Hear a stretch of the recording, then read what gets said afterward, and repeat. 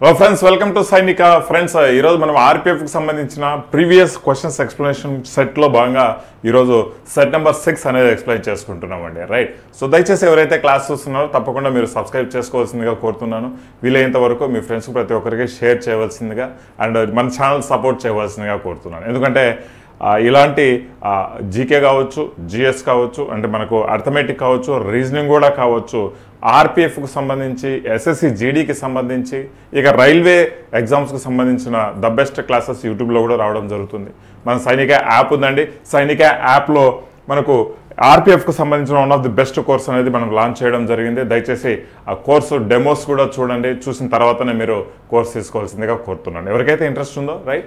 So discount coupon కూడా available ఉన్నాయండి. Just 800కి మీరు 6 months కోర్సు అండ్ 1 yearకి వచ్చేసి మనకు 1300కి మీరు కోర్స్ అనేది రావడం జరుగుతుంది అనమాట. రైట్, ఒక సిస్టమేటిక్ వేలో ప్రిపరేషన్ చేసేదానికి చాలా యూజ్ అవుతాయి ఇలాంటి కోర్సెస్. ఎవరైతే ఆన్లైన్ ప్రిపేర్ అవ్వాలనుకుంటున్నారో దయచేసి ఒకసారి కన్సిడర్ చేయండి, ఒకసారి డెమోస్ చూడండి. రైట్, సో డెమోస్ చూసిన తర్వాత కోర్సు కన్సిడర్ చేయండి boys. Okay friends, thank you very much.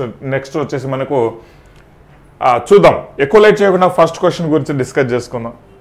Right, ఇక్కడ మనకు అడిగిన క్వశ్చన్స్ అనమాట ఆర్పిఎఫ్కు సంబంధించి. రైట్, ఇక్కడ according to the article 280, article 280 గురించి డిస్కస్ చేసుకుంటున్నాడు. ఆర్టికల్ 280 అనగానే మనకు లాస్ట్ ఆర్పిఎఫ్కు సంబంధించిన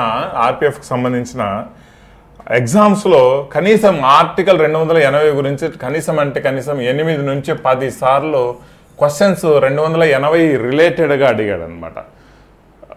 that is very clear that మనకు 280 గురించి ఖచ్చితంగా కాన్సెప్ట్ అనేది అర్థం చేసుకోవాలనేది క్లారిటీ ఉంటుంది. రైట్, సో ఇక్కడ మనం చూస్తే ఆర్టికల్ 280 అనేది ఇండియన్ కాన్స్టిట్యూషన్లో ఫైనాన్స్ కమిషన్ గురించి తెలియజేస్తుంది. నో డౌట్ ఫైనాన్స్ కమిషన్ గురించి తెలియజేస్తుంది. ఒక క్వశ్చన్ ఇదే అనమాట. రైట్, ఫైనాన్స్ కమిషన్ ఆర్థిక మనకు కమిషన్ అనమాట. రైట్, సో అయితే ఇది ఎలాంటి బాడీ అని అన్నాడు అనమాట. ఎలాంటి బాడీ అన్నాడు అంటే సెమీ ఫెడరల్ బాడీనా, లేకపోతే సెమీ జ్యుడిషియల్ బాడీనా, ప్రైవేటు వ్యవస్థనా, లేకపోతే ఏదైనా ఎగ్జిక్యూటివ్ వ్యవస్థనా అని అడిగాడు అనమాట. రైట్, సో క్వశ్చన్ చాలా క్లారిటీగా తెలుసుకోవాలండి. ఆర్టికల్ 280 గురించి అడిగాడు అనమాట. రైట్, సో మనకు ఆన్సర్ చూసుకుంటే సెమీ జ్యుడిషియల్ బాడీగా మనం చెప్పుకోవచ్చు అండి ఆన్సర్. రైట్, కాన్స్టిట్యూషన్లో మనకు ఈ యొక్క 280 ఆర్టికల్లో పొందుపరిచి ఉన్నారు కాబట్టి రైట్, సో సెమీ జ్యుడిషియల్ బాడీగా మనం ఇది చెప్పుకోవచ్చు. ఓకే, మనకు ఆర్టికల్ 280 గురించి మనం మాట్లాడుకుంటే ఇది ఫైనాన్స్ కమిషన్ గురించి డీల్ చేస్తుందండి. ఫైనాన్స్ కమిషన్ గురించి డీల్ చేస్తుంది 280. మన భారతదేశ రాజ్యాంగంలో ఈ యొక్క ఆర్టికల్ గురించి మాట్లాడుతున్నాడు. రైట్, సరే, ఫైనాన్స్ కమిషన్ గురించి డీల్ చేస్తుంటే ప్రస్తుతము ఎన్నో ఫైనాన్స్ కమిషన్ అంటే కంప్లీట్ అయ్యాయి. 15 ఫైనాన్స్ కమిషన్లు కంప్లీట్ అయిపోయి 16వ ఫైనాన్స్ కమిషన్ అనేది ఇప్పుడు ప్రాసెస్లో ఉంది. మనం గుర్తుంచుకోవాలి, 16వ ఫైనాన్స్ కమిషన్ ఆల్రెడీ నియమించారు ఫైనాన్స్ కమిషన్. రైట్, సో ఈ యొక్క ఫైనాన్స్ కమిషన్ యొక్క మనకు ఒక చైర్మన్ ఉంటాడండి, ఒక చైర్మన్ ఉంటాడు. రైట్, సో ఈ యొక్క చైర్మన్ ప్లస్ 4 మెంబర్స్ ఉంటారండి. ఎంతమంది? 4 మెంబర్స్ ఉంటారు. Question may ask like this also. Right, how many members are there will be there in a finance commission అని అడుగుతాడు. సో మరి అక్కడ 4, 6, 2, 3 అట్లా ఇస్తాడండి. ఒక చైర్మన్ ఉంటారు. రైట్, టోటల్ మనకు 4 మెంబర్స్ ఉంటారు అనమాట. కమిటీ మెంబర్స్ ఉంటారు, అది గుర్తుంచుకోవాలి. రైట్, సో ఇక్కడ మనకు 15th ఫైనాన్స్ కమిషన్ యొక్క చైర్మన్ ఎవరు సార్ అని అడిగితే ఎన్కే సింగ్ అని చెప్పుకోవచ్చు.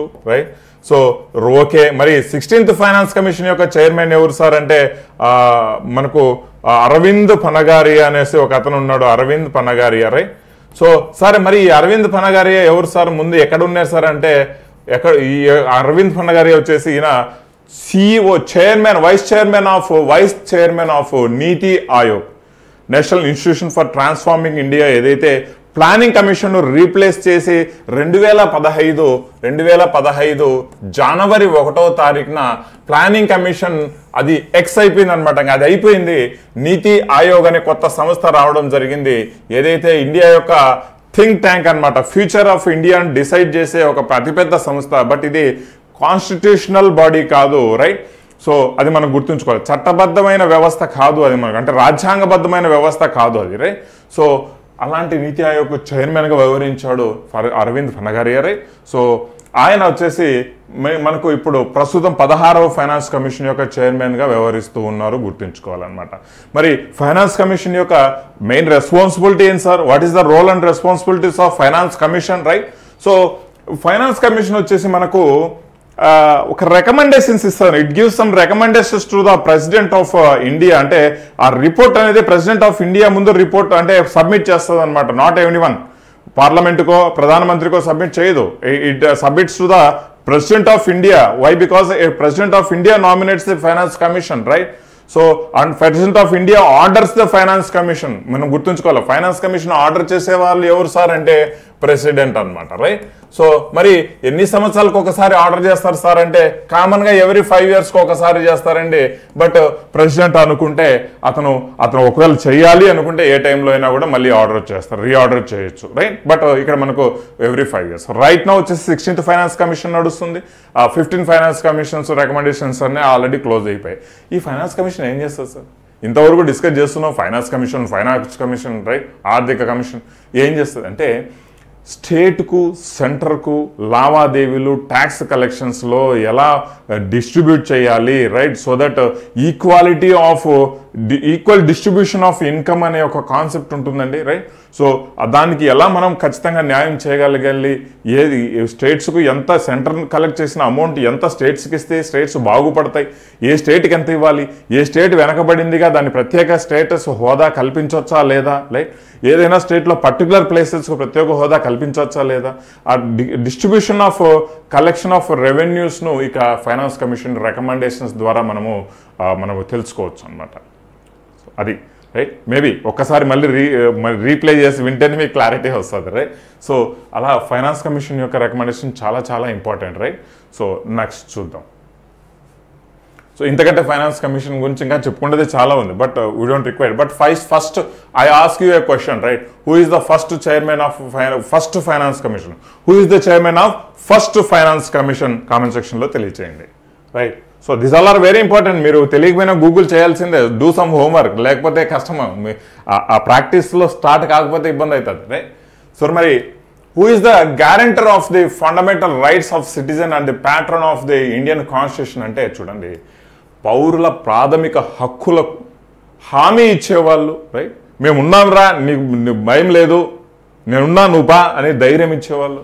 భారత రాజ్యాంగం is a protector of Indian కాన్స్టిట్యూషన్గా, అంటే భారత రాజ్యాంగం యొక్క గార్డియన్గా పనిచేసే వాళ్ళు ఎవరు సార్ అంటే ప్రైమ్ మినిస్టరో పార్లమెంటో ఇక రాష్ట్రపతితో కాదు, right? None other than supreme court అనమాట. ఇది సుప్రీం కోర్టు మాత్రమే, భారత సుప్రీం కోర్టు మాత్రమే భారత రాజ్యాంగాన్ని కాపాడుతుంది. భారత రాజ్యాంగం యొక్క మూలాలను, భారత రాజ్యాంగం యొక్క భావనలు కరెక్ట్గా ఇంప్లిమెంట్ అవుతున్నాయా మన భారతదేశంలో, లేదా పార్లమెంట్ ఏదైనా తలతిక్కమైన చట్టం ఏమైనా చేసిందా, అలా చేస్తే ఇలా చేయకూడదు, దిస్ ఇస్ రాంగ్ అనేసి మనకు సుప్రీం కోర్టు వార్నింగ్ కూడా ఇస్తుంది అనమాట. అలాంటి సుప్రీంకోర్టు ఇండిపెండెంట్ జ్యుడిషియరీ సిస్టమ్, అది ఏ వ్యవస్థ కిందికి రాదు, ఇండిపెండెంట్ జ్యుడిషియరీ సిస్టమ్ అనమాట. పార్లమెంట్ ఏదైనా తప్పు చేస్తే నువ్వు తప్పు చేసినావు అని చెప్పే హక్కు కూడా సుప్రీంకోర్టుకు ఉంటుంది. But thereafter ultimate authority వచ్చేసి పార్లమెంట్దే, అది ఏదైనా చేయొచ్చు, అది వేరే విషయం, రైట్? సో అది ఆల్రెడీ చెప్పుకున్నాం. మీరు ప్రతి దాంట్లో సుప్రీంకోర్టు మీరు ఏళ్ళు పెట్టకండి, మేము పార్లమెంట్లో మేము చేసిన చట్టాలంటే ఇది కాదు, అట కాదు, ఇట కాదు అనుకుంటే మేమేం పని లేకుండామా, ఇదే నా పంచాయతీ మాకు అనేసి మళ్ళీ దాన్ని అమెండ్ చేసుకుంటూ కూడా ఏదైనా మీరు ఒక లిమిటేషన్ అనేది మీకు ఉంటుంది. ప్రతి దాంట్లో ఏళ్ళు దూర్చాకనేది కూడా అమెండ్మెంట్ జరిగినాయి, అది వేరే విషయం, అది వదిలిపెట్టేస్తాం, రైట్? అయితే ఇక్కడ సుప్రీంకోర్ట్ ఆఫ్ ఇండియా అనేది కరెక్ట్. మరి ఇక్కడ అన్నాడు అనమాట, ఇప్పుడు మనకు ఇండియన్ కాన్స్టిట్యూషన్ అన్నాడు, భారత రాజ్యాంగం అన్నాడు, యాజ్ యూజువల్గా హోల్సేల్గా మనకు భారత రాజ్యాంగాన్ని అయితే is a protector supreme court, right? So fundamental rights అతి ముఖ్యంగా చూసుకుంటే ప్రాథమిక హక్కుల గురించి అల్టిమేట్గా సుప్రీంకోర్టు, హైకోర్టు తప్ప వేరేవి రావండి. వేరే సంస్థలు, వేరే వ్యవస్థలు రావు. న్యాయ వ్యవస్థనే ఈ యొక్క ఫండమెంటల్ రైట్స్ అంటే ప్రాథమిక హక్కులు, ప్రతి పౌరుడి యొక్క బేసిక్ రైట్స్ అన్నమాట. Basic rights, right? By birth వాళ్ళకు కావాలి. అలాంటి హక్కులు is it implementing right way or wrong way అనే మొత్తం అంతా వాచ్ డాగ్ లాగా సుప్రీంకోర్టు అనేది మనకు చూస్తూ ఉంటుంది. ఏదైనా ప్రాబ్లం వచ్చినప్పుడు ప్రాథమిక హక్కులకు మనం తలుపు తట్టాల్సింది సుప్రీంకోర్టు, హైకోర్టు తలుపులు, లేదా వాటికి అవే సుప్రీంకోర్టు, హైకోర్టు సుమోటోగా తీసుకొని ఆ పర్టికులర్ సమస్యను మనకు అక్కడ సెటిల్ చేస్తాయి అన్నమాట సుప్రీంకోర్టు, హైకోర్టు. మనం గుర్తుంచుకోవాలన్నమాట, రైట్? సో మరి సుప్రీంకోర్టు, హైకోర్టు సెటిల్ చేస్తాయి సార్ అంటే ఏం సెటిల్ చేస్తాయి, ఎట సెటిల్ చేస్తాయంటే ఆర్టికల్ 32 ద్వారా ఒక అథారిటీ ఇచ్చారనమాట సుప్రీంకోర్టుకు. ప్రాథమిక హక్కులకు ఏమన్నా భంగం కలిగితే నీకు ఒక పవర్ ఇచ్చాము ఆర్టికల్ 32 ద్వారా. దీన్నే కాన్స్టిట్యూషనల్ రెమెడీస్ అంటాం అనమాట. ఏమంటాం? రాజ్యాంగ పరిహారపు హక్కు. సో కాన్స్టిట్యూషనల్ రెమెడీస్ అంటాము. ఈ యొక్క కాన్స్టిట్యూషనల్ రెమెడీస్ ద్వారా నువ్వు సుమోటోగా అంటే నీకు ఇండిపెండెంట్గా మీకు హక్కు ఇచ్చాము, నువ్వేమైనా చేయొచ్చు వీళ్ళకి హక్కులకు భంగం కలిగితే అని ఒక అథారిటీ ఇచ్చారు సుప్రీంకోర్టుకు. సార్ బాగుంది సార్, సుప్రీంకోర్టుకి అయితే బాగానే ఇచ్చారు, మరి హైకోర్టుకి ఏమి ఇచ్చారు సార్ అంటే 226 ఇచ్చారు హైకోర్టుకు 226 ఇచ్చారు. నువ్వు ఈ పని చేయరని ఆయన మీ రాష్ట్రంలో ఏమైనా జరిగితే ఇంకా ఈ విధంగా చేయనేసి. బట్ అల్టిమేట్లీ సుప్రీంకోర్టు కంటే ఎక్కువ అధికారాలు హైకోర్టుకు ఉన్నాయని మనం భావించాలన్నమాట, మనం గమనించాలా. చాలా there is some kind of different points, aspects అనమాట. దేనిలో ఎక్కువగా సుప్రీంకోర్టు కంటే హైకోర్టుకి ఎక్కువ పవర్ ఉంది అనేసి, రైట్?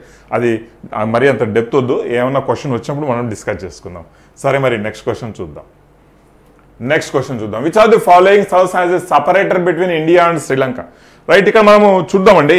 మనకు ఆర్ఆర్బి రైల్వేస్ కానీ, ఆర్ఆర్బి కానీ, లేకపోతే ఆర్పిఎఫ్కు సంబంధించిన క్వశ్చన్స్ కానీ ప్రీవియస్గా నేను గమనించిన విషయం ఏంటంటే జియోగ్రఫీలో ఇలాంటి క్వశ్చన్స్ బాగా పడుతున్నాయి. అంటే ఏదైనా స్ట్రైట్స్ కానీ, జలసందులు కానీ, లేకపోతే ఇక నదీ వ్యవస్థ గురించి కానీ, లైక్ ఇవి బాగా పడుతున్నాయి అన్నమాట జియోగ్రఫీలో, రైట్? సో వాటి గురించి, వాతావరణ వ్యవస్థ గురించి కానీ వాటి గురించి కూడా క్వశ్చన్స్ పడుతున్నాయి. సో చూద్దాం. కింది వాటిలో భారతదేశం మరియు శ్రీలంకల మధ్య విభజన చేసే జలసంధి గురించి అడిగారు. స్ట్రైట్ అంటే జలసంధి, రైట్? సో మనం చూద్దాం. 10 డిగ్రీ ఛానలా, 9 డిగ్రీ ఛానలా, లేకపోతే పాక్ స్ట్రైటా, గల్ఫ్ ఆఫ్ కాంబే? చూద్దాం. మరి ఆన్సర్ దిస్ పాయింట్, రైట్? కాస్త మీరు తెలియజేయండి కామెంట్ సెక్షన్లో, చాటింగ్ సెక్షన్లో తెలియజేయాలి మరి ఏది దీనికి ఆన్సర్ ఏది అని. ఎందుకంటే ఇది కూడా this is also very simple question. So ఈ క్వశ్చన్ కూడా మనం ఆన్సర్ చేయలేదు అంటే మనం ఎక్కడో ఒక చోట మన ప్రిపరేషన్లో ఇంకా స్పీడప్ చేయాల్సిన విషయం ఉందన్నమాట, రైట్? సరే, మరి చూద్దాం. మనకు ఇండియా, శ్రీలంక మరియు ఇండియాను డివైడ్ చేసే మనకు జలసంధి ఏది సార్ అంటే ఒక 36-37 కిలోమీటర్ల వ్యాసం ఇది ఉంటుంది, దీంట్లో డిస్టెన్స్ ఉంటుంది. ఇది పాక్ స్ట్రైట్ అని మనం చెప్పుకోవచ్చు. ఏం సార్? పాక్ జలసంధి అనమాట, రైట్? సరే సార్, పాక్ జలసంధి అయితే బాగుంది. రేపు ఏమైనా క్వశ్చన్ 10 డిగ్రీల ఛానల్ ఏం చేస్తుందా అంటే ఏం చేయాలి సార్ మేము ఏడబెట్టుకోవాలి మా తలకాయ అని అంటే చెప్తా, రైట్? సో 10 డిగ్రీ ఛానల్ వచ్చేసి మనకి ఇదే ప్లేస్లో అండమాన్ అండ్ నికోబార్ ఉంటుందండి, రైట్? సో ఈ యొక్క అండమాన్ను నికోబార్ను మనకు ఈ రెండుగా విభజిస్తుంది ఈ 10 degree channel. Nothing else. 10 degree channel is nothing else latitudes అనమాట, రైట్? లాటిట్యూడ్స్ను మనం 10 డిగ్రీ ఛానల్ అని చెప్పుకుంటాం, రైట్? సరే, మరి 10 డిగ్రీల లాటిట్యూడ్ అది మనం సింపుల్గా గుర్తుంచుకోవాలబ్బా, 10 డిగ్రీల లాటిట్యూడ్ అంతే, రైట్? సరే, మరి 9 డిగ్రీ ఛానల్ ఏం చేస్తుంది సార్ అంటే ఇక్కడ కింద రాసిన, మళ్ళీ అడని మర్చిపోతాం ఏమనేసి మీకోసం చెప్పేదానికి, రైట్? ఇక్కడ లక్కదీవులు ఉంటాయి, సున్నాల మాదిరి డాట్ల మాదిరి ఉంటాయి, రైట్? సో ఈ లక్కదీవుల్లో ఇది ఇక్కడ మనకు ఏం చేస్తుంది అంటే లక్కదీవుల్లో మనకు కల్పెని అండ్ సుహేలి అనే 2 రకాల దీవులు ఉంటాయి, చిన్న చిన్న దీవులు. వాటిని ఇక ఇంకోటి మినీకాయ్ ఐలాండ్ అనే వాటి మధ్య ఇక్కడ మినీకాయ్ ఉంటుంది, ఇక్కడ మినీకాయ్ అనే ఐలాండ్ ఉంటుంది. ఈ మిగిలిన ప్రదేశాన్ని డివైడ్ చేసేదానికి మినీకాయ్ నుంచి ఈ యొక్క 9 డిగ్రీల ఛానల్ అంటే 9 డిగ్రీల లాటిట్యూడ్ అని మీరు గుర్తుంచుకోవాలి. అక్షాంశం 9 డిగ్రీల అక్షాంశం అనమాట, రైట్? సో ఇది ఇలా డివైడ్ చేస్తాం అనమాట. మరి సార్ గల్ఫ్ ఆఫ్ కాంబే అంటే ఏంటి సార్? గల్ఫ్ ఆఫ్ కంబత్ అని కూడా చెప్పుకుంటాం, మరి గల్ఫ్ ఆఫ్ కాంబే అని కూడా చెప్పుకుంటాం, రైట్? Nothing else. ఇది గుజరాత్ ఉంది కదా, గుజరాత్ ఏరియాలో ఒక సటన్ ప్లేస్ అనమాట, రైట్? అక్కడ నీళ్లు మరి కాస్త లోపలికి చొచ్చుకొని వస్తూ ఉంటాయి అనమాట. దాన్ని గల్ఫ్ అంటాం. గల్ఫ్ ఇన్ ద సెన్స్ ఏం లేదు బా, గల్ఫ్ అంటే ఏం లేదు. ఈ యొక్క ఇండియా ఉంది కదా, అంటే ఫర్ ఎగ్జాంపుల్ నేను చెప్తున్నా, ఇది రాజస్థాన్, ఇక్కడ వచ్చేసి ఇట్లా వస్తుంది కదా ఇండియా, రైట్? ఇలా నీళ్లు ఒక చొచ్చుకొని రావడాన్ని అంటే మరి మరీ లైక్ ఇండియా లాక్కనే కాదు, ఇండియా చొచ్చుకొని రావడం సౌత్ ఇండియా అంటే అది పెనిన్సులా అంటాం. మరి పిడి బాకులా చొచ్చుకొని వస్తుంటాయి అనమాట, వాటిని గల్ఫ్ అంటాం అనమాట, రైట్. సో గల్ఫ్ ఆఫ్ కంబే అని అంటాం, రైట్. గల్ఫ్ ఆఫ్ ఇది కతియవార్ అనే ఒక ప్లేస్ను గుజరాత్ దగ్గర ఉంటుంది. కతియవార్ అనే ప్లేస్, ఆ ప్లేస్ గుజరాత్ను డివైడ్ చేస్తూ ఉంటుంది అనమాట ఈ గల్ఫ్ ఆఫ్ కంబే, రైట్. ఇంతవరకు అర్థం చేసుకుంటే చాలా ఇంకంతకంటే ఎక్కువ అర్థం చేసుకోవాల్సిన అవసరం లేదు. నెక్స్ట్ క్వశ్చన్ చూద్దాం అబ్బా. According to the 2011 census which union territory has the highest population. ఇక్కడ మన క్వశ్చన్స్ గమనించాల్సింది ఏంటంటే యూనియన్ టెరిటరీ అని అడిగాడు, కేంద్రపాలిత ప్రాంతం అడిగాడు, హైయెస్ట్ పాపులేషన్ అడిగాడు, 2011 అడిగాడు. ఇది బిట్టు మనకి SSCGDలో డైరెక్ట్గా దిగింది, మనం కూడా డైరెక్ట్గానే ఇచ్చాము. అది దాదాపుగా 11,300 చిల్లర మనకు తెలియదు, 24 ఏదో 36 ఎంతో తెలియదు. ఇంతమంది ఒక స్క్వేర్ కిలోమీటర్కి ఉంటారండి ఆ ప్లేస్లో. మరి ఆ ప్లేస్ ఏది? Identify this. Delhi, Andaman Nicobar, Chandigarh, Pondicherry. Identify this. ఎక్కడ అంతమంది అంత డెన్సిటీగా పాపులేషన్ ఉన్న జనసాంద్రత ఉన్న ప్లేస్ ఏది చెప్పండి మరి, రైట్. సరే, మరి none other than Delhi. Yes, మీరు చెప్పింది కరెక్టే అండి. ఇప్పుడు ఢిల్లీ అనేది కరెక్ట్ ఆన్సర్ అనమాట, రైట్. ఢిల్లీలో, రైట్. సరే, మరి ఢిల్లీకి చీఫ్ మినిస్టర్ ఉంటాడు, పాండిచేరికి చీఫ్ మినిస్టర్ ఉంటారు. ఈ రెండు కేంద్రపాలిత ప్రాంతాలకు మాత్రమే చీఫ్ మినిస్టర్ ఉంటారు. మిగిలిన వాటికి లెఫ్టినెంట్ గవర్నర్ అని ఉంటారనమాట. వాళ్ళు అడ్మినిస్ట్రేటివ్ ఆఫీసర్ లాగా రూల్ చేస్తారనమాట, రైట్. సరే, మరి నెక్స్ట్ చూద్దాం. సరే, who is the protector of the democratic system of government of India? అబ్బా, మళ్ళీ క్వశ్చన్ అడిగాడు, సేమ్ మళ్ళీ రిపీటే, నథింగ్ ఎల్స్, సుప్రీంకోర్టే. ఇక్కడ protector of the democratic system of government of India. What is mean by democratic system అండి? ప్రజాతంత్రం, ప్రజాస్వామ్య వ్యవస్థ అంటే ఏంటి? ప్రజల కొరకు, ప్రజల చేత, ప్రజలకై మనకు తయారు చేసుకున్నది ఒకటి ఉంది. ఏంటి సార్ అంటే అది మన పవిత్రమైన రాజ్యాంగం.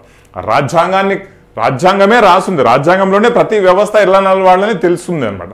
అలాంటి వ్యవస్థనే ప్రజా వ్యవస్థ అంటాం, నథింగ్ ఎల్స్, రైట్. సో ఆ ప్రజా వ్యవస్థను కాపాడే హక్కు ఎవరికి ఇచ్చారు? కాపాడే బాధ్యత ఎవరిది? ఎవరి భుజాల మీద వేసుకున్నారంటే మళ్ళీ సుప్రీంకోర్టు భుజాల మీద వేసుకుని నేను ఉన్నాను అనేసి, రైట్.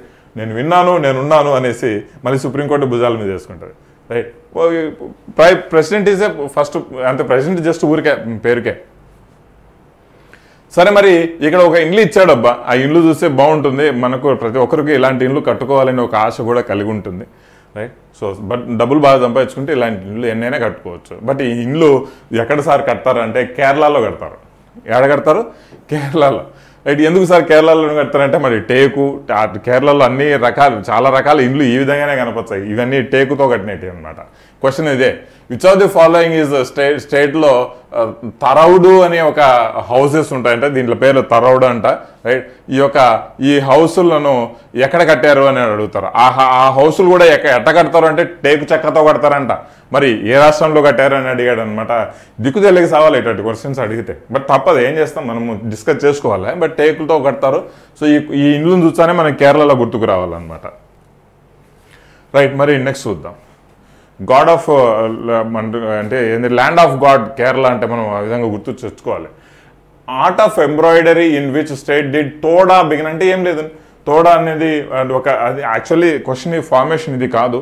బట్ తోడా అనేది ఒక జాతి అనమాట. తోడా తెగ, ఈ తెగ ఎక్కడ ఉంటారు అని అడిగాడు అనమాట క్వశ్చన్. Nothing else. తోడా తెగ తమిళనాడులో ఉంటారండి, తమిళనాడులో ఉంటారు, రైట్. సరే, నాగా తెగ నాగాలాండ్లో ఉంటారు. ఇప్పుడు చూద్దామండి, నెక్స్ట్ క్వశ్చన్ చూద్దాం. మహారాజా రంజిత్ సింగ్ గురించి క్వశ్చన్ అడిగాడు అనమాట, రైట్. రంజిత్ సింగ్ గురించి క్వశ్చన్ అడిగాడు. Ranjit Singh was the ruler of which province అని అడిగాడు అనమాట. So Ranjit Singh was the ruler of which province? Maharaja Ranjit Singh అనే ఈజ్ ఏ కింగ్ అంటే పవర్ఫుల్ కింగ్ ఆ రోజుల్లో. సో ఈయన పంజాబ్కు సంబంధించి రైట్, పంజాబ్కు సంబంధించి పవర్ఫుల్ కింగ్ అనమాట. ఫస్ట్ కింగ్ ఆఫ్ సిక్ అని కూడా చెప్పుకోవచ్చు మహారాజా రంజిత్ సింగ్, రైట్. 1780 నుంచి దాదాపుగా 1839 వరకు ఈయన బతకడం, చచ్చిపోవడం సరిపోయింది, రైట్. సో ఇందులో మళ్ళీ 1809లో మనకు ట్రీటీ ఆఫ్ అమృత్సర్ అనే ఒక ట్రీటీ జరిగిందనమాట. అమృత్సర్ ట్రీటీ జరిగింది. ఈ అమృత్సర్ ట్రీటీలో ఒప్పందాలు చెప్పుకుంటాం. ఎవరెవరు? Maharaja Ranjit Singh and Charles Metcalfe. So Charles Metcalfe అనే వీళ్ళ మధ్యన సంధి జరుగుతుంది. ఎందుకు సార్ అంటే ఈ మహారాజా రంజిత్ సింగ్ మనం స్నేహ సంబంధాలు కలుపుకుంటే మనకు ఈ ఫ్రెంచ్ వాళ్ళు ఎవరైతే వస్తారో వాళ్ళతో ఈ రంజిత్ సింగ్ మనకు ఫేవర్గా పోరాడతాడు. మనమేమో బాగుండొచ్చు, ఎందుకంటే రంజిత్ సింగ్ వెరీ పవర్ఫుల్, అరబ్కు సంబంధించి చాలా దేశాలు ఇతనికి మంచి సంబంధాలు ఉండే, రైట్? సో అని ఈయన అనుకుంటాడు. మరి రంజిత్ సింగ్ ఏమనుకుంటాడంటే వీళ్ళతో స్నేహ సంబంధాలు పెట్టుకుంటే మన ఏరియా ఆఫ్ రూలింగ్ను పెంచుకోవచ్చు అని ఆయన అనుకుంటాడు. ఇద్దరు అనుకున్నారు కాబట్టి అక్కడ సంధి జరిగింది, లేకపోతే ఏం జరగదు, రైట్? సో ఇక్కడ రంజిత్ సింగ్ అనే అతను చాలా ఫేమస్, ఇక సిక్కు సంబంధించి, పంజాబ్కు సంబంధించి. సరే, మరి నెక్స్ట్ క్వశ్చన్ చూద్దాం.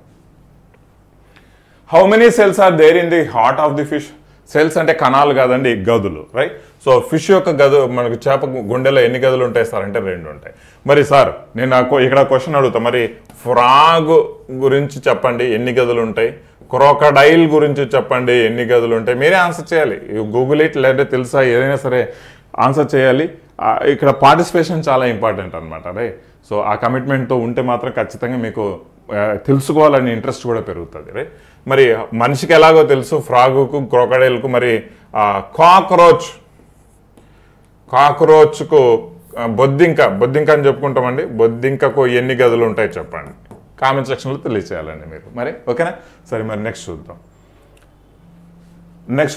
The presence of dash members is necessary for the meeting of the Lok Sabha in parliament. అంటే లోక్సభలో మనకు పార్లమెంట్ లోక్సభ ఉంటుంది, రైట్? కనీసం ఒక మీటింగ్ జరిపేదానికి కనీసం అంటే ఎంతమంది మెంబర్స్ కావాలి ఒక మీటింగ్ జరిపేదానికి అని అడిగాడు అనమాట. అది మనం గుర్తుంచుకోవాలి, right? So obviously 1/10 of the part అనమాట. ఎంత సార్? 1/10 of the part. దీన్ని ఏమంటామంటే ఏదైతే టోటల్ సభలో ఉన్న 550 మందిలో ఖచ్చితంగా దీంట్లో 10% కావాలి, 10% కావాలి, అప్పుడే సభ నడుస్తుంది. దీన్ని కోరం అంటాం అనమాట, కోరం అంటాం. అది మనం గుర్తుంచుకోవాలి, రైట్? సో ఇది వెరీ వెరీ ఇంపార్టెంట్. కోరం అంటే ఏంది అనేది కూడా సమ్ టైమ్స్ అడుగుతాడు. సరే, మరి నెక్స్ట్ క్వశ్చన్ చూద్దాం. When the sun is perpendicular to the మకర లైన్, అంటే మకర రేఖ అంటారు అనమాట, మకర line, right? So it happens అంటే ఏం లేదు, ఇప్పుడు మనకు ఇది భూమధ్య రేఖ ఉంది, కింద దాన్ని మకర అంటారు, పైదాన్ని మనకు కర్కాటకం అంటాం, రైట్? ఈ భూమధ్య రేఖ ఇది, రైట్? 23.5 డిగ్రీ ఇటువైపు, 23.5 డిగ్రీ అటువైపు, రైట్? సో మధ్యలో ఉండేదాన్ని భూమధ్య రేఖ అంటాం. సన్ను ఇటువైపు లంబంగా ఉన్నాడు అంటే ఇది శీతాకాలము అని, శీతాకాల ఆయనాంతం, రైట్? సో ఆయనాంతం అంటే డైరెక్ట్గా December 22 వస్తుంది. December 22 ఈడ ఉన్నాడు, ఇది అయిపోయింది, ఇట పోతావు పైకి, అంతం. సో ఇది శీతాకాలంలో ఉంటుంది అని చెప్పడం జరిగిందనమాట, ఓకేనా? సరే, నెక్స్ట్ చూద్దాం. శీతాకాలం answer correct. When a player scores a ball on the basket with 1 or both hands, ఒకటి లేదా 2 చేతులతో బాల్ వేసినాడు, while controlling himself by jumping, పైకి ఎగిరి వేసినాడు, రైట్? బాస్కెట్ బాల్ ఆడుతున్నాడు, ఇంకేం ఆడలా, right? On the horizontal side of the rim, horizontal side అంటే సైడ్ నుంచి వేయడం, right? So in the game of basketball this shot says, ఈ షాట్ని ఏమంటాము అని అడిగినాడంట. సో వెరీ డేంజరస్, స్టింగ్ అని చెప్పుకుంటాము, ఇంకంతకంటే ఎక్కువ డిస్కస్ చేసుకోకూడదు, ఓకేనా? సరే, మరి నెక్స్ట్ చూద్దాం.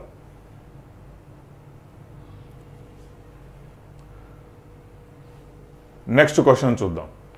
When the Indian constitution came in to effect in 1949, 1949లో వచ్చింది ఎఫెక్ట్ లెక్క, అంటే అడాప్ట్ చేసుకున్నాం, రైట్? సో అడాప్ట్ చేసుకున్నాం just, right? So how many members, how many paragraphs, ఇక్కడ పారాగ్రాఫ్ అనే బదులు ఆర్టికల్ అని చెప్పుకున్నాం, right? So how many article ఉన్నాయండి? 395 ఆర్టికల్స్ ఉన్నాయి, అది మనం గుర్తుంచుకోవాలి, రైట్? సరే, మరి నెక్స్ట్ చూద్దాం. Who was the chairperson of the Lahore session of the Indian National Congress session in 1929? Lahore session, Indian National Congress session 1929లో ఎవరు చైర్పర్సన్గా వ్యవహరించారు, రైట్? చైర్పర్సన్గా వ్యవహరించిన వాళ్ళు ఎవరు సార్ అంటే మోహన్ దాస్ కరమ్చంద్ గాంధీ కాదు, రైట్? సో మరి Jawaharlal Nehru is the correct option, Jawaharlal Nehru. మరి మోహన్ దాస్ కరమ్చంద్ గాంధీ ఎప్పుడు సార్ అంటే 1924 అండి. ఈయన 24ఏనా? బెల్గాంలో చేస్తాడు, బెల్గాం, రైట్? రైట్. ఇక నెక్స్ట్ వచ్చేసి సుభాష్ చంద్రబోస్ 1938 హరిపురాలో చేస్తాడండి, ఇది హరిపురా. మరి సరోజినీ నాయుడు వచ్చేసి 1925 ఇక్కడ నాగ్పూర్ చేస్తుంది అనుకుంటా, నాగ్పూర్, రైట్? సో ఆబ్వియస్లీ ఇక్కడ జవహర్లాల్ నెహ్రూ అనేది ఎలిమినేషన్ ప్రాసెస్లో తీసుకున్నా కూడా కరెక్ట్ ఆప్షన్ అనమాట, రైట్? సరే, మరి నెక్స్ట్ క్వశ్చన్ చూద్దాం. నెక్స్ట్ క్వశ్చన్ చూడండి, ఏమడిగాడు? మ్యాథ్స్ టాపిక్స్ కంప్లీట్ చేయండి. సో నెక్స్ట్ క్వశ్చన్ ఏమడిగాడు, writ can be issued against both public and private individuals అన్నాడు. అంటే రిట్ ఇందాక మనం చెప్పుకున్నాం, ఏం చెప్పుకున్నాం సార్ అంటే ఆర్టికల్ 32 అనేది ఒకటి ఉంటుంది అబ్బా. ఆర్టికల్ 32 అని ఒకటి ఉంటుంది. ఈ యొక్క ఆర్టికల్ 32 ద్వారా సుప్రీంకోర్టు కాపాడుతుంది ఎవరిని, నిన్ను నన్ను కాదు, ఫండమెంటల్ రైట్స్ కాపాడుతుంది, రైట్, ప్రాథమిక హక్కులను కాపాడుతుంది, రైట్. అలాంటి కాపాడే పరిణామంలో ఈ యొక్క సుప్రీంకోర్టు ఒక 5 రిట్స్, అంటే రిట్స్ అంటాం, తెలుగులో కూడా అదే అంటాం నాకు తెలిసి, రైట్. సో వీటిని జారీ చేస్తుంది అనమాట. రకరకాల సందర్భాల్లో రకరకాల రిట్స్ జారీ చేస్తుంది. అలాంటివి ఒక 5 ఉంటాయి, రైట్. సో 5 అడిగింది ఏంటి సార్ అంటే మనకు ఏ రిట్స్ పబ్లిక్ అథారిటీస్కు జారీ చేయొచ్చు, ప్రైవేట్ ఇండివిజువల్స్కు జారీ చేయొచ్చు, అంటే మనకి అంటే ఇవ్వచ్చు అని చెప్పచ్చు అనమాట, ఆర్డర్ చేయొచ్చు, రైట్. సో అంటే హెబియస్ కార్పస్ అనే ఒక రిట్ ఉందండి. అంటే వేర్ ఈజ్ ద బాడీ అనేది దీని అర్థం. Where is the party bus, where is the party అంటాం కదా, ఇట్లాగా వేర్ ఈజ్ ద బాడీ అనేది అంటే ఏం లేదు, అంటే నువ్వు ఏదైనా పర్టికులర్ పర్సన్ను అరెస్ట్ చేసినా, అరెస్ట్ చేసేదానికి కారణం అనేది పక్కన పెడితే అసలు అరెస్ట్ చేయగానే ఇమీడియట్గా నువ్వు కోర్టుకు సమర్పించాలన్నమాట. అలాంటి సమర్పించని పక్షంలో ఈ యొక్క సుప్రీంకోర్టు కానీ హైకోర్టు కానీ ఏదైనా కోర్టు కానీ ఇక్కడ రిట్స్ జారీ చేసి ఎందుకు చేసావు, ఎందుకు నువ్వు సబ్మిట్ చేయలేదు, ఎందుకు కోర్టు ముందు ప్రజెంట్ చేయలేదు, అసలు వేర్ ఈజ్ ద బాడీ, ఎక్కడున్నాడు అని దాని అర్థం అనమాట, అంతేనా. సో అంతకంటే ఎక్కువ అవసరం లేదు. రిట్స్ అనేది ఒక 5-6 రిట్స్ ఉన్నాయి, చాలా నీట్గా చాలా క్లియర్గా మన కోర్సులో కూడా ఎక్స్ప్లెయిన్ చేయడం జరిగింది రిట్స్ అంటే ఏంటి అనేది. ఎక్కడెక్కడైతే మనకు ఆర్పిఎఫ్ వాటికి సంబంధించి ఉందో వాటిని బాగా ఎంఫసైజ్ చేసి ఆ కోర్సుకు సంబంధించి ఎక్కడైతే ఎక్కువ క్వశ్చన్స్ వస్తాయి, ఎక్కువ మార్కులు పడితే వాటిని చాలా పర్ఫెక్ట్గా ఎక్స్ప్లెయిన్ చేసి చెప్పడం జరిగింది. దయచేసి మిస్ అవ్వకండి. It's a wonderful course. అంటే ఫేస్ బై ఫేస్ మీకు కావాల్సిన వీడియోస్ అన్నీ మంచిగా మీకు ఎక్స్ప్లెయిన్ చేసి అక్కడ మీకు చెప్పడం జరుగుతుంది అనమాట, రైట్. సో ఇంకా నెక్స్ట్ ఇలా నేను చెప్పే క్లాసెస్ ఈ విధంగా మీ యూట్యూబ్లో అందిస్తున్నాను ఇట్లా మనకు previous question papers wise. But మన యాప్లో అతి త్వరలోనే మీకు టాపిక్ వైజ్ మనకు ఆర్ఆర్బి కండక్ట్ చేసిన, ఎందుకంటే ఈసారి ఆర్ఆర్బి కండక్ట్ చేస్తుందండి exam, right. So in that case RRB conduct చేసిన లాస్ట్ ఒక 10-15 సంవత్సరాల క్వశ్చన్స్ కలెక్ట్ చేసి వాటిని టాపిక్ వైజ్ చేసి ఆ టాపిక్ వైజ్ ఎక్స్ప్లెనేషన్ మీకు ఎలా అయితే ఇప్పుడు యూట్యూబ్లో ఇస్తున్నానో అలానే మనకు యాప్లో ఇవ్వడం జరుగుతుంది, right. That will be very wonderful course అనమాట. ఎందుకంటే ఆ విధంగా ఎక్స్ప్లెనేషన్ ఇచ్చుకుంటా టాపిక్స్ కంప్లీట్ చేయగలిగాము. Over a period of 2 months కావచ్చు, 3 months కావచ్చు, టాపిక్స్ కంప్లీట్ చేయగలిగాము అంటే విన్న వాళ్ళకి చాలా బాగా ఉంటుంది, రైట్. సో చాలా వండర్ఫుల్గా ఉంటుంది. చూద్దాం. కంటోన్మెంట్ అడిగాడు అనమాట. అండ్ మోరోవర్ ఎందుకంటే ఆ విధంగా ఎందుకు ఆ క్వశ్చన్స్ ఎందుకు తీస్తాం సార్ అంటే చూడండి, there is a tendency of మనకు రిపీటెడ్ క్వశ్చన్స్ అనమాట. మళ్ళీ వచ్చే అవకాశం ఉంది డైరెక్ట్గా, మళ్ళీ వచ్చే అవకాశం ఉంది ఇండైరెక్ట్గా, రైట్. అందుకే రిలేటివ్గా మనం ప్రతి క్వశ్చన్కు చదువుకున్నామంటే క్వశ్చన్స్ అక్కడ నుంచే వస్తాయి. ఏం కొత్తగా ఏం మార్క్స్ నుంచే ఏం తీసుకొని రాడు. చూద్దాం. కంటోన్మెంట్ యాక్ట్ అంట. కంటోన్మెంట్ అంటే కంటోన్మెంట్లో ఎవరుంటారు సార్, ఆర్మీ డిఫెన్స్ వీళ్ళు ఉంటారు కంటోన్మెంట్లో. కంటోన్మెంట్ యాక్ట్ అని 1924లో తీసుకొని రావడం జరిగింది. ఎక్కడ 1924లో. ఈ మున్సిపాలిటీస్కు సంబంధించి how many kinds of municipality systems అనేవి అడుగుతాడు అనమాట. సమ్ టైమ్ టోటల్గా 8 రకాల మున్సిపాలిటీ సిస్టంలో ఉంటే, రైట్, మున్సిపాలిటీ అనే దీంట్లో ఉంటే ఆ 8 రకాలలో ఈ కంటోన్మెంట్ అనేది ఒకటి అనమాట, రైట్. సో ఇది మనం అర్థం చేసుకోవాలి. ఆల్రెడీ మీకు వచ్చిన క్వశ్చన్ అక్కడ వచ్చింది, మళ్ళీ ఇక్కడ వస్తుంది. సరే, నెక్స్ట్ చూద్దాం. Which part of the following atmospheric layers contains electrically charged particles that make radio broadcast possible. Radio broadcast అంటే ఇక రేడియో ఆన్ చేసి వింటా ఉన్నాం, ఇంకొక చోట ఎక్కడో 100,000 కిలోమీటర్లలో అక్కడ వాళ్ళు వింటున్నారు. బట్ ఎక్కడ అంటే ఈ యొక్క రేడియో ఫ్రీక్వెన్సీకి ఏవైతే వేవ్స్ ఉంటాయో ఈ వేవ్స్ ఏ లేయర్, మన భూ వాతావరణం మీద 5 లేయర్లు ఉంటాయి దీనిపైన, రైట్. సో మనకు 5 లేయర్ల గురించి మాట్లాడుకుంటే ఇది భూమి అనుకుంటాం. Troposphere, right, stratosphere, right. So TSM tropostrato. ఇక్కడ నెక్స్ట్ వచ్చేసి ఏంటండి, మెసోస్పియరు, రైట్. ఆ తర్వాత ఇంకా పైకి పోతే అయనోస్పియరు, రైట్. అయనో right, ionosphere. లాస్ట్లో వచ్చేసి ఎగ్జోస్పియర్. ఎగ్జో అంటే ఇంకా లాస్ట్ అనమాట. ఇలా ట్రోపో, స్ట్రాటో, మెసో, అయనో, ఎగ్జో. టెస్మై అని గుర్తుపెట్టుకోండి. ఈ యొక్క స్పియర్స్ గురించి మీకు ఈజీగా గుర్తొస్తుంది. టెస్మై. So very simple, right. ఇలాంటి అడుగుతాడు. ఈ యొక్క మెసోకు ట్రోపోకు మధ్యలో ఉన్న స్పియర్ ఏంది అని అడుగుతుంటాడు అనమాట. ఇప్పుడు అడిగింది ఏంటంటే ఈ రేడియో వేవ్స్ తరంగాలు ఎక్కడ వెళ్తాయి బాగా అని అడిగాడు అనమాట. ఎక్కడ మనకు బాగా వెళ్తాయని. సో ఐనోస్పియర్లో ఈ యొక్క రేడియో తరంగాలు బాగా వెళ్తాయి అన్నమాట. సరేనా? నెక్స్ట్ క్వశ్చన్ చూద్దాం. When was the capital of British India government transferred from Calcutta to Delhi? సరే సార్, చాలాసార్లు వందల వేల సార్లు అడిగే సార్, ఇంకా ఎందుకు సార్ దీని గురించి డిస్కస్ చేసుకోవడం. 1911లో కలకత్తా నుంచి ఏడైతే బాగుండదురా, తలకాయ నొప్పి చాలా ఉంది. 1905లో స్వదేశీ మూమెంట్ అంటే బెంగాల్ విభజన జరిగింది అప్పుడు. ఆ రోజుల్లో లాల్ బాల్ పాల్ అని ముగ్గురు ఉన్నారు, మామూలుగా రాలే ఆ రోజుల్లో. సో కొడతాం ఏక్తాం పీక్తాం అని వచ్చినారు. ఈ 1905లో ఈ స్వదేశీ మూమెంట్ ఇవన్నీ జరిగాయి. అంటే బెంగాల్ విభజన జరిగింది అక్కడ, ఈస్ట్ బెంగాల్ వెస్ట్ బెంగాల్ అనేది. సో ఆ బెంగాల్ విభజన స్టార్ట్ అవడంతోనే ఈ యొక్క కొంతమంది అంటే కాంగ్రెస్లోనే కొన్ని వర్గాల వాళ్ళు బాగా తిరగబడి స్వదేశీ ఉద్యమాన్ని స్థాపించారనమాట. రైట్? ఈ స్వదేశీ ఉద్యమాన్ని స్థాపించి బ్రిటిష్కు అగెన్స్ట్గా చాలా పోరాడారు. రైట్? సో అంటే స్వదేశీ ఉద్యమం ఇన్ ద సెన్స్ వాళ్ళ బట్టలు అసలు మనం వాడకూడదు, మన ఖాదీ మన ఖద్దరు వాడదాం అనేసి ఖాదీ ఖద్దరు వాడడము. 7th ఆగస్టు మనము నేషనల్ హ్యాండ్లూమ్ డేగా సెలబ్రేట్ చేసుకుంటాం. ఎందుకు అంటే ఆ రోజులో ఈ రోజున మనము ఈ బట్టలు మనము అంటే హ్యాండ్లూమ్ అంటే తయారు చేయడం, ఖద్దరు మన రాత్నం పెట్టి తయారు చేద్దాం అనే ఒక రోజు డిసైడ్ చేసుకున్నారన్నమాట, August 7. అందుకే దాన్ని నేషనల్ హ్యాండ్లూమ్ డే అని కూడా చెప్పుకుంటాం. సో ఇలాంటి పరిణామాలు జరిగిన తర్వాత అంటే లార్డ్ కర్జన్ అని ఒక అతను ఉంటాడు ఆ రోజుల్లో. ఈ యొక్క తలకాయ నొప్పులన్నీ లార్డ్ కర్జన్ చూస్తూ ఉంటాడు గవర్నర్ జనరల్గా. ఊరే స్వామి, నేను కుర్చీ ఎక్కినప్పుడైనా ఇవన్నీ జరగాల్సింది అని ఆయన ఒక రకంలో భయపడతానే ఉంటాడు. అరే సో ఏదేమైనా కానీ ఇలా కర్మగాలి వచ్చినాం చేసినాం ఏదో ఒకటి చేయాలి, రూలింగ్ అయితే చేయాలనేసి చేసుకొని పోతాడు ఆయన కాలం. దాని తర్వాత వచ్చేసి ఈ యొక్క ఉద్యమాలు ఇవన్నీ తలకాయ నొప్పులు తట్టుకోవాలి. 1911లో మళ్ళీ బెంగాల్ విభజనను క్యాన్సిల్ చేసేస్తారు. క్యాన్సిల్ అయిపోయింది, పోయింది పని. క్యాన్సిల్ చేసిన తర్వాత ఇటు బ్రిటిష్ వాళ్ళు అప్పుడు ఆలోచించుకుంటారు, అరే బాగుండదురా బెంగాల్ నుంచి మనం రూల్ చేస్తే బాగుండదు. ఆ రోజుల్లో బెంగాల్ 1911 వరకు రాజధాని. బెంగాల్ నుంచి రూల్ చేసినామంటే మళ్ళీ తలకాయ నొప్పులు చాలా అవుతాయి. అందుకు బెంగాల్ నుంచి ఢిల్లీకి షిఫ్ట్ చేస్తాం మనము మొత్తం అంతా అనేసి మళ్ళీ బెంగాల్ నుంచి ఢిల్లీకి షిఫ్ట్ చేస్తారనమాట. అంతే, ఇంకా అంతకంటే ఎక్కువ ఏం లేదు. సరే, ఇక్కడ పక్కన బొమ్మ ఇచ్చాడు చూద్దాం. సో బొమ్మలో అడిగిన క్వశ్చన్ ఇక్కడ అయితే, which of the following is an example of lower layer of clouds? అంటే ఇట్లా కూడా ఉంటాయి మనకు వాతావరణంలో, మన ట్రోపోస్ఫియర్లోనే ఉంటాయి ఇవన్నీ, ఆడిగో ఈ లోయర్ లేయర్లో ఉంటాయి అన్నమాట. అంటే దీంట్లో కూడా మళ్ళీ డిఫరెంట్ లేయర్లో మేఘాలు చూస్తే ఒకటి ఇట్టుంటాయి, సుమారుగా ఎత్తుపోతూ ఉంటాయి డెన్స్గా. రైట్?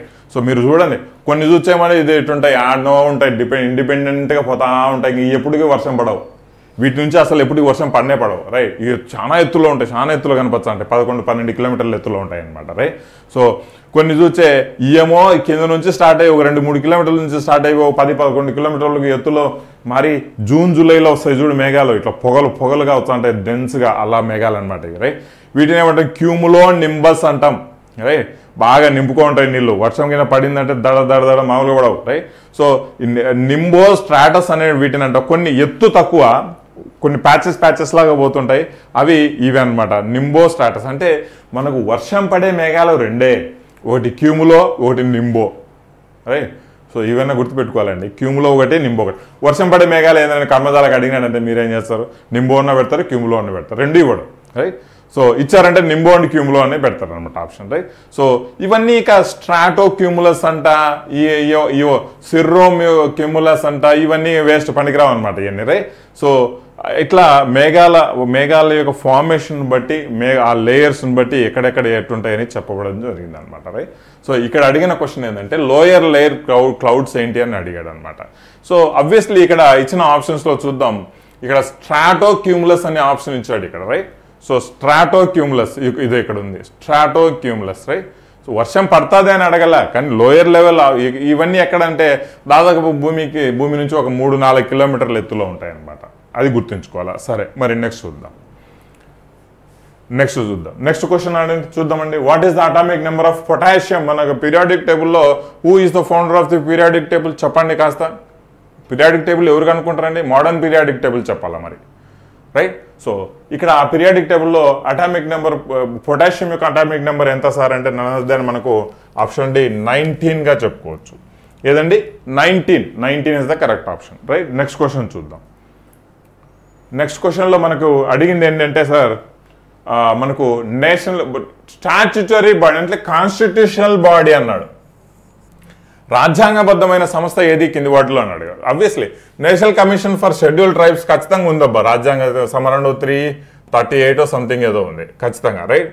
సో ఇది కాదు, రైట్. సో మరి నేషనల్ కమిషన్ ఫర్ ఉమెన్ అంటే 1992లో ఈ యొక్క నేషనల్ కమిషన్ ఫర్ ఉమెన్ అనే సంస్థను ఏర్పాటు చేస్తారండి. ఇది రాజ్యాంగబద్ధ సంస్థ కాదు, రైట్.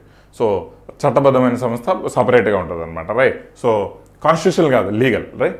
అయితే ఈ యొక్క ప్రస్తుతానికి మరి నేను ఇస్తున్న క్వశ్చన్ మీకు ఆన్సర్ క్వశ్చన్ వచ్చేసి who is the chairman of present chairman of national commission for women, మహిళా ఏమంటారు జాతీయ మహిళా కమిషన్ యొక్క ప్రస్తుత చైర్మన్ ఎవరు కామెంట్ సెక్షన్లో తెలియచేయండి మరి, రైట్. మరి చూద్దాం, నెక్స్ట్ చూద్దాం.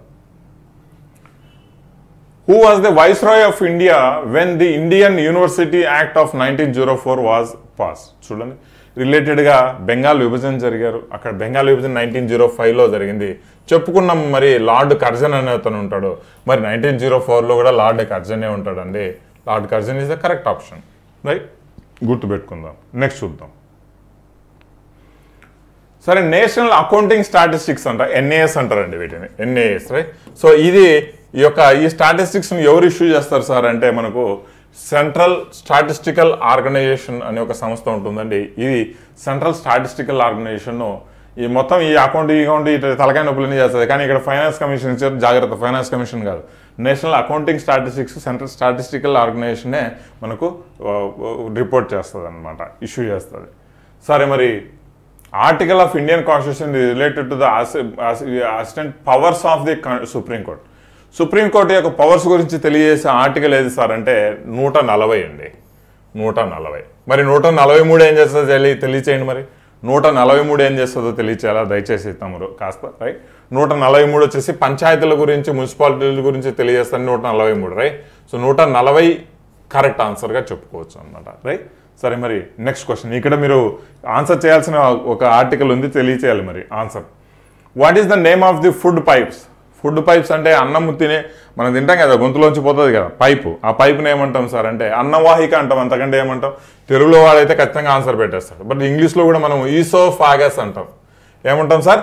Oesophagus, right. సరే, మరి నెక్స్ట్ చూద్దాం. సరే, మరి ఇక్కడ 200 సెంటీమీటర్ల కంటే తక్కువ పొడి కాలంలో, తక్కువ డ్రై సీజన్లో 200 సెంటీమీటర్ల కంటే మనకు ఎక్కువ వర్షపాతం పడే ప్లేస్ కూడా ఉంటుంది అంటే ఉంటుంది.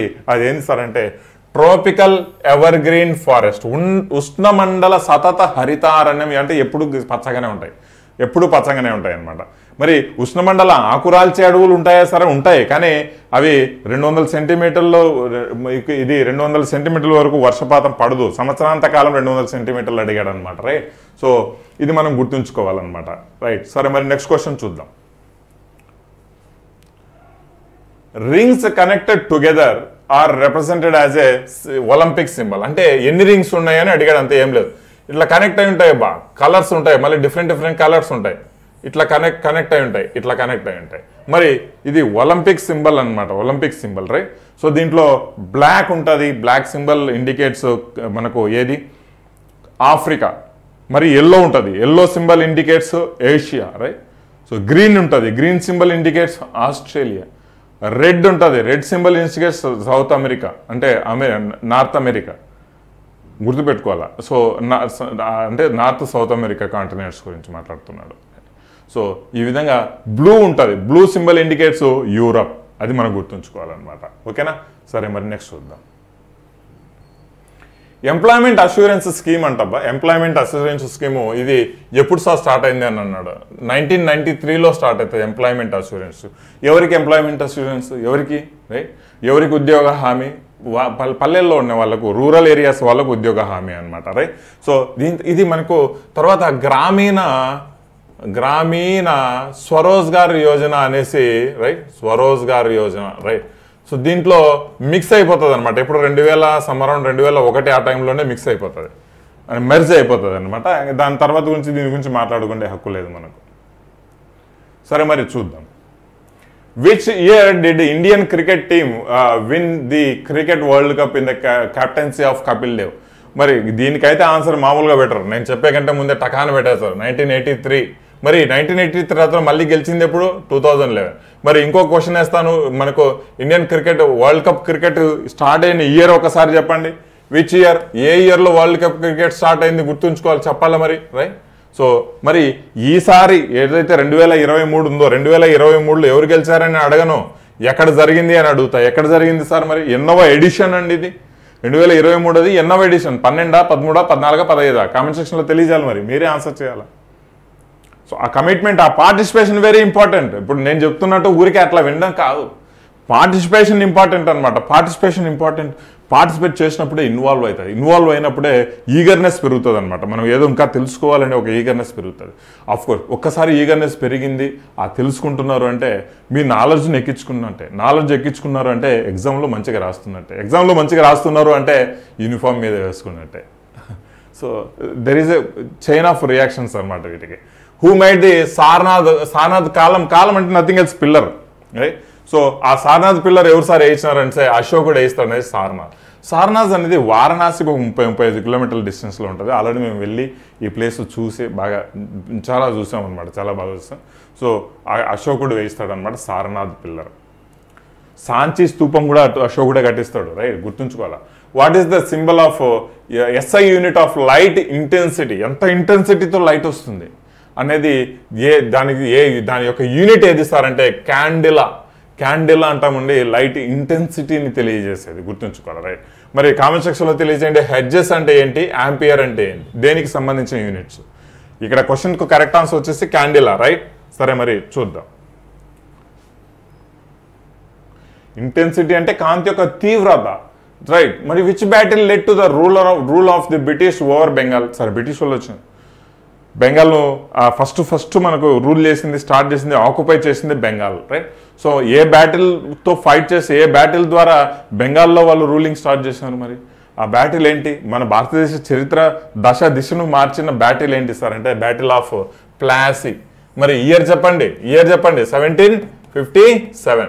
మరి బ్యాటిల్ ఆఫ్ తల్లికోట ఎప్పుడు జరుగుతుందో చెప్పండి. మరి ఎవరెవరి మధ్య తల్లికోట జరుగుతుంది చెప్పాలి. మరి తల్లికోట అంటే బ్యాటిల్ ఆఫ్ రక్కసితంగడి అని కూడా మనం చెప్పుకుంటాం దాన్ని. మరి ఎవరెవరి మధ్య జరుగుతుందో కూడా చెప్పుకోవాలా, రైట్? ఇది మన సౌత్ ఇండియాలోనే జరుగుతుంది, రైట్?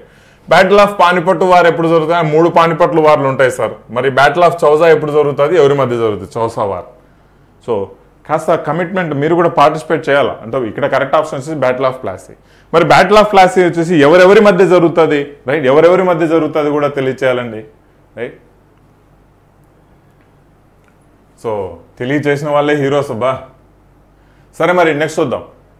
మీ శరీరం నుండి రక్తస్రావం నిరోధించడానికి గడ్డ కట్టడంలో సహాయపడే చిన్న రక్త కణాలు అంటే ఇప్పుడు ఏదైనా కట్ అయిపోయింది, రక్తం బయటకు వచ్చింది, కొద్దిసేపు అట్నే ఉండు, గడ్డ గట్టిపోతుంది, మళ్ళీ ఎక్కువ రాదు, గడ్డ గట్టిపోతుంది. అట్లనే కట్ అయితేనే సిమ్ముకోం పోదు కదా, కుళాయిలో ట్యాప్ తీపినట్టు, అట్లా కాదు, రైట్?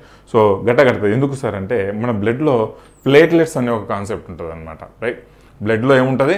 ప్లేట్లెట్స్ అని, రైట్? సో ఈ ప్లేట్లెట్స్ ఏం చేస్తుంది అంటే ఒకసారి రక్తం గడ్డగట్టగానే గన్న కట్ అయ్యి బయటికి రాగానే ఆ రక్తం పైన ఒక లేయర్ లాగా ఫామ్ అవుతుంది. అందుకే ఆ లేయర్ లాగా ఫామ్ అయ్యి రక్తం గడ్డగట్టడానికి సహాయపడుతుంది. ఇంకా వేరే పెద్ద సైన్స్ ఉంది దాన్ని, వెనకాల వదిలిపెడదాం దాన్ని, రైట్? సరే మరి చూద్దాం. హెపారిన్ అని ఒక మూలకం ఉంటుంది, పిగ్మెంట్ ఉంటుంది మన ఆ రక్తంలో, రైట్? అది కూడా చాలా చాలా ఇంపార్టెంట్ అనమాట. హెపారిన్ బాడీలో ఉన్నంత వరకు రక్తం గడ్డ కట్టకుండా చేస్తుంది అనమాట, రైట్? సరే మరి చూద్దాం. Who has the power to convene the adjourn any house of the Indian parliament? అంటే మన భారతదేశ పార్లమెంట్ జరపాలా ఎప్పుడు, జరపకూడదు ఎప్పుడు అని ఎవరు సార్ డిసైడ్ చేస్తుంది అంటే మనకు భారతదేశ రాష్ట్రపతి డిసైడ్ చేస్తారు సార్. సుప్రీంకోర్టు ఏదో ప్రధానమంత్రి, స్పీకరు వీళ్ళు కాదు. అప్రైజ్, జైంట్, స్వింగ్, సాల్టో అని కొన్ని రకాల పదాలు ఉన్నాయండి. ఈ పదాలు దేనికి ఉపయోగపడతాయి అని అడిగాడు అనమాట, రైట్? సో జిమ్నాస్టిక్స్ ఉపయోగపడుతుందని నా అంచనా. మరి వేరే దానికైతే ఏం లేవు ఇక్కడ వచ్చేదానికి. అప్రైజ్, జైంట్, స్వింగ్, సాల్టో అనేది, రైట్? సో జిమ్నాస్టిక్స్ సంబంధించి మరి ఎగ్జాక్ట్గా దీనికి క్లారిటీ నాకు కూడా లేదు. ఒకసారి మీరు కూడా దీన్ని ఒక కరెక్ట్ ఆన్సర్ అనేది ఒకసారి చెక్ చేయండి. సరే మరి చూద్దాం. The substance that burns in to the air, గాల్లో కాలేదాన్ని ఏమంటాం? ఫ్లేమబుల్ అంటాం, అంతే, రైట్? ఏమంటాం? ఫ్లేమబుల్. కాలేదని ఫ్లేమబుల్, అంతే కదా, ఫ్లేమ్, రైట్. సరే మరి చూద్దాం, అంతకంటే ఎక్కువ దీంట్లో డిస్కస్ చేసేది ఏముంది. సరే మరి చూద్దాం. Dash is there a time lag between Arunachal Pradesh and Gujarat because of the long term expansion. ఈ క్వశ్చన్ ఇంగ్లీష్లో మనకు అర్థం కాదు. దీర్ఘకాలిక విస్తరణ కారణంగా అరుణాచల్ ప్రదేశ్ మరియు గుజరాత్ మధ్య ఎంత సమయం ఆలస్యం ఉంది.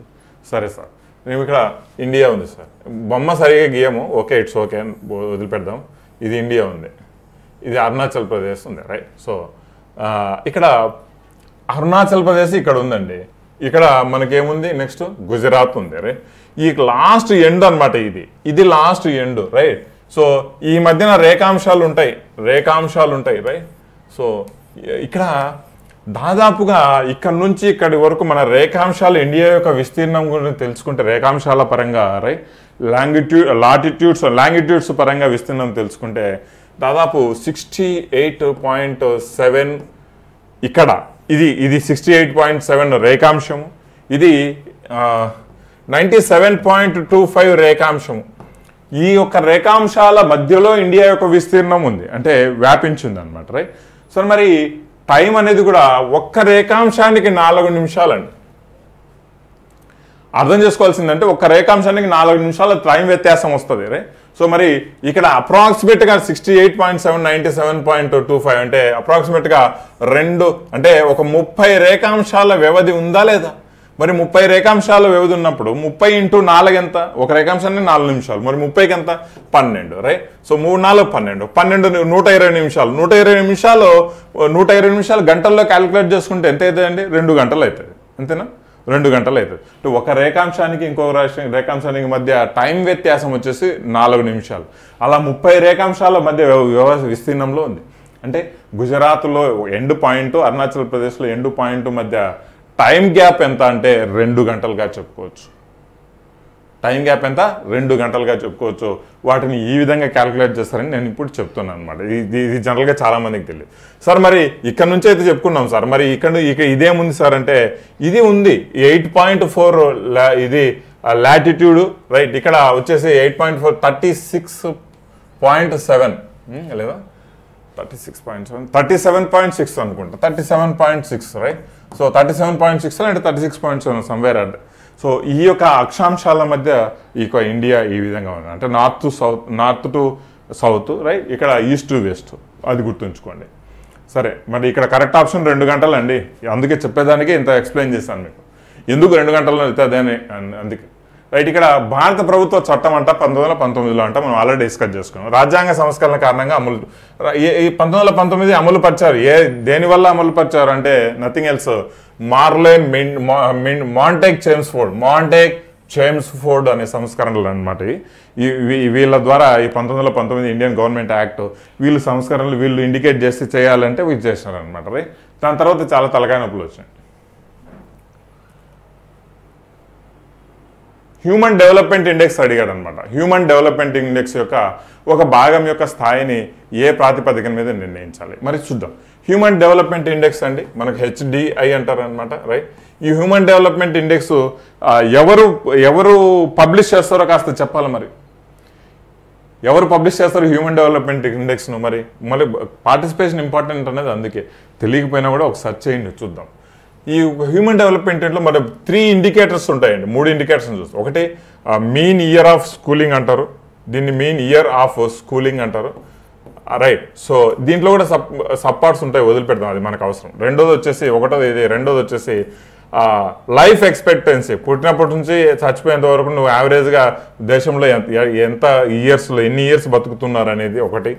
దాని తర్వాత వచ్చేసి మూడోది వచ్చేసి ఇక్కడ గ్రాస్ నేషనల్ ఇన్కమ్, అంటే మన ఇక్కడ ఉన్న వాళ్ళు ఎంత సంపాదించుకుంటున్నారు అప్రాక్సిమేట్గా యావరేజ్గానే.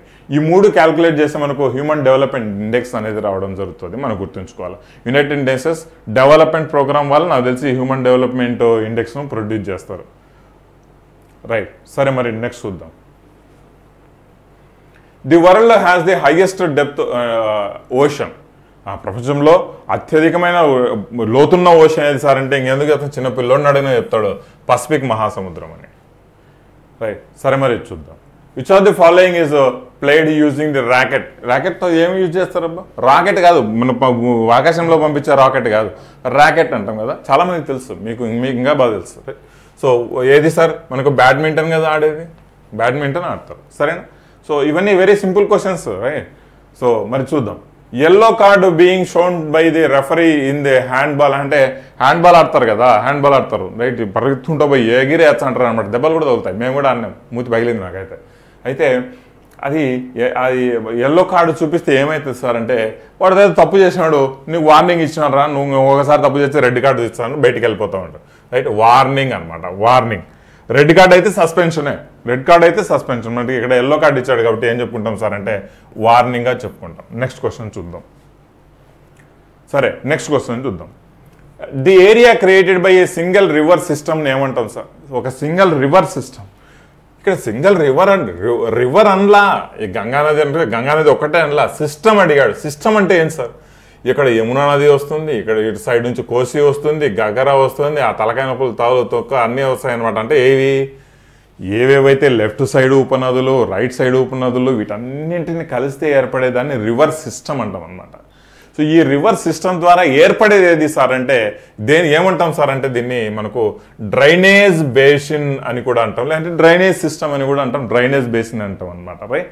సో అది పాయింట్ మనం గుర్తుపెట్టుకోవాలండి. గంగా డ్రైనేజ్ సిస్టమ్, గంగా మరియు గంగా యొక్క ఉపనదుల గురించి చెప్పుకునేదాన్ని గంగా డ్రైనేజ్ సిస్టమ్ అంటాం అనమాట. ఒక్క గంగా గురించి చెప్పుకునేదే కాదు, రైట్? గంగా గురించి చెప్పుకుంటే గంగా రివర్ గురించి చెప్పుకుంటాం, గంగా డ్రైనేజ్ సిస్టమ్ గురించి చెప్పుకుంటే మనకు మొత్తం ఆ ఉపనదుల గురించి కూడా వస్తాయన్నమాట. అందుకే ఖచ్చితంగా జియోగ్రఫీలో రివర్ సిస్టమ్ అనేది very very important topic, right? So what is the percentage of land area of land in the whole India? అంటే మనకి ఏం లేదు, సింపుల్గా భారతదేశం మొత్తం ప్రపంచ భూభాగంలో ఎంత ఉంది అనేది చిన్నపిల్లని అడుగుగా చెప్తాడు, 2.4% ఉంది సార్ అనేసి.